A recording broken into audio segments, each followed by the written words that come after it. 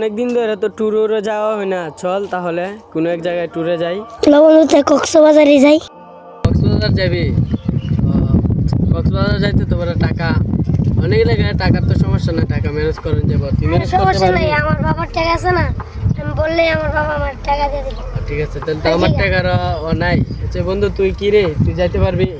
না রে বন্ধু, আমি যাইতে পারবো না, কারণ আমার কাছে কক্সবাজার যাওয়ার মতো এত টাকা নাই।